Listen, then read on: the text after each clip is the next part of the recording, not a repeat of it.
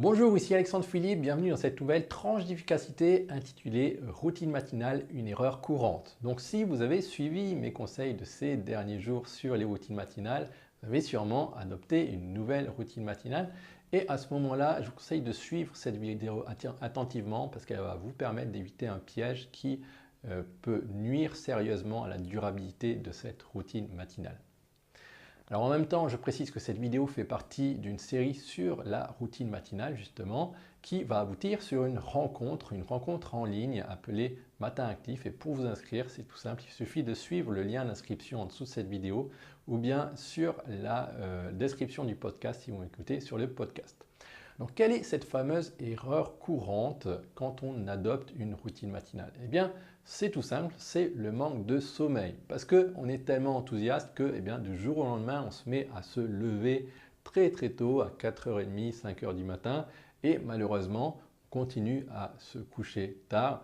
Et du coup, ça va provoquer de gros déficits de sommeil pendant votre semaine. Et les spécialistes comparent ce genre de déficit de sommeil, si vous avez un trop gros déficit, à un état d'ébriété. Et donc malheureusement, ça ne va pas être superbe pour votre journée de travail et pour votre productivité. Et puis, on dit aussi beaucoup que, il suffit de rattraper le week-end.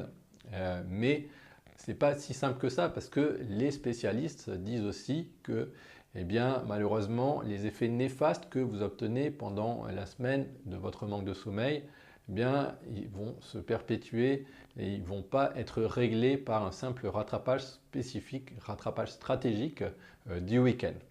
Alors, je sais bien là-dessus que certains spécialistes, comme Pavlina par exemple, conseillent du jour au lendemain, boum, de se lever très tôt, à 4h ou 5h du matin et de garder toujours la même heure. Même, il y en a qui disent de faire un défi de 30 jours là-dessus.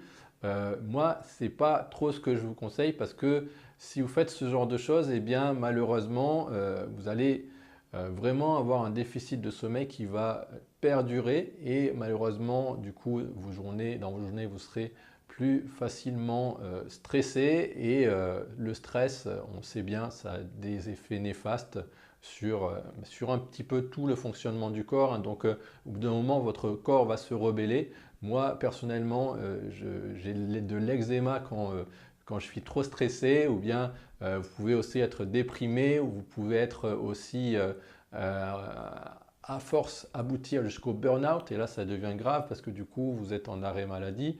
Voilà, il vaut mieux faire attention là-dessus aux effets de la routine matinale mal faite, je dirais, hein. Et il vaut mieux adopter les bonnes solutions dès le début.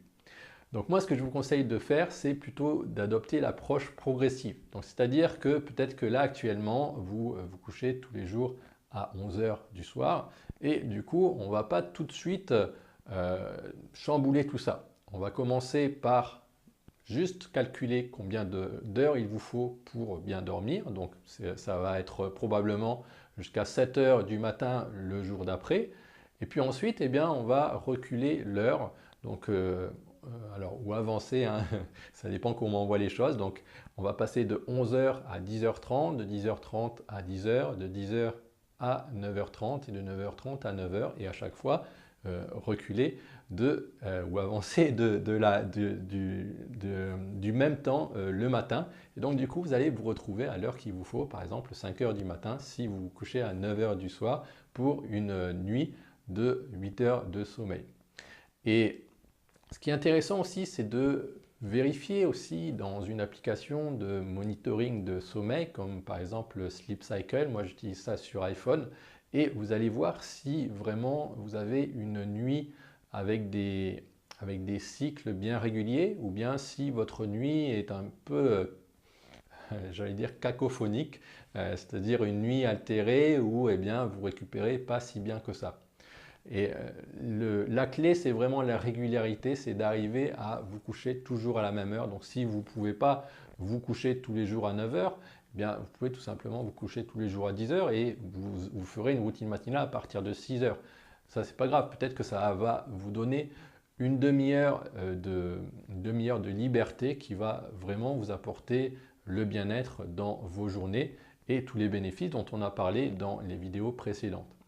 Alors en plus de ça, vous allez peut-être avoir des accidents sur votre parcours. Alors des accidents entre guillemets parce que ça peut être simplement des rendez-vous sociaux. Donc par exemple simplement aller au cinéma ou bien un dîner ou ce genre de choses. Et à ce moment-là, il va falloir moi ce que je vous conseille, c'est que du coup, si vous ne dormez pas suffisamment, eh bien, rattrapez le plus vite possible. Donc moi, en général, ce que je fais, c'est une sieste entre midi et 1 heure. Donc si vous avez ce luxe, essayez de faire ça.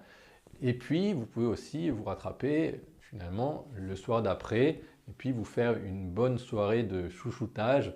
Et du coup, voilà, vous allez vous remettre dans le rang au lieu d'attendre le week-end pour remettre tout en ordre. Ok. Donc, je vous conseille vraiment cette approche-là, cette approche progressive, c'est plus naturel et je trouve que ça donne vraiment de meilleurs résultats que d'y aller à la sauvage. Et grâce à ça, eh bien, vous allez pouvoir avoir tous les bénéfices dont on a parlé dans les précédentes vidéos, le bien-être et l'efficacité, et on sait bien que les deux sont liés. Donc maintenant, je vais vous parler de la rencontre qui a lieu ce soir. Donc une rencontre qui aura lieu à 6 h ce soir, de 6 h à 7 h 30. Pour vous inscrire, c'est simple, il vous suffit de cliquer sur le lien d'inscription situé en dessous de la vidéo ou bien dans la description du podcast si vous m'écoutez avec le podcast. Et puis on va se retrouver, donc je vais vous donner un lien, vous allez cliquer et là vous allez avoir les différentes têtes des participants. Donc c'est une rencontre pour 5 personnes maximum, hein, en plus de moi. Et donc on va se voir ensemble, donc on va se rencontrer, donc faire les présentations, partager les routines matinales, les différentes activités qu'on a le matin. Ça, c'est dans un premier temps, d'accord, pour casser la glace. Et puis ensuite, dans un deuxième temps, on va faire un exercice de modélisation. On va essayer d'améliorer tout ça, d'accord. Je vais vous montrer un logiciel pour faire ça. Et puis, avec ces modèles, eh bien, on aura trois déclinaisons. Donc, la première déclinaison, ça va être les matins sereins. Donc là, on va faire tout notre possible pour essayer d'identifier les activités les plus essentielles qu'on va faire quand on n'a pas trop le temps le matin parce que peut-être qu'il y a une soirée arrosée ou ce genre de choses. Et là, à ce moment-là, on saura exactement quelles sont les activités qu'il faut faire et donc on arrivera, mine de rien, à être serein malgré le fait qu'on a peu de temps. Ensuite, on aura les matins actifs et ça va être des matinées où on va rajouter une activité. Donc, par exemple, si vous écrivez un livre, eh bien, ça pourrait être que chaque jour, vous allez écrire votre quota de mots à ce moment-là. Ou bien, on aura encore les routines de luxe, les routines chouchoutage du week-end, le samedi ou le dimanche, où vous allez rattraper certaines activités que vous n'avez pas pu faire pendant la semaine, ou bien faire des activités de bien-être comme du yoga ou de la méditation, ou encore préparer la semaine qui vient. Ou bien faire du rangement, enfin, ce que vous voulez, ce qui vous passe par la tête. En tout cas, avec ce modèle, vous aurez plein d'idées et vous saurez exactement quoi faire le week-end. Ok, et puis après ça, on aura les sellettes. Alors ça, c'est un outil très puissant qui va vous permettre, si vous avez un problème épineux sur le thème de la routine matinale, de l'exposer aux différentes personnes.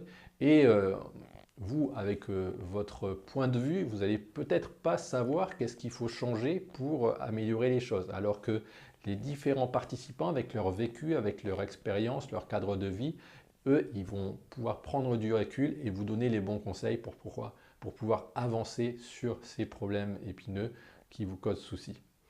Ok, et puis ensuite, après ça, on aura 2 bonus. Le premier bonus, c'est une liste de lecture. Alors, vous lisez ce que vous voulez, hein. C'est juste des suggestions, des livres sur les routines matinales que j'ai lus et à mesure des années.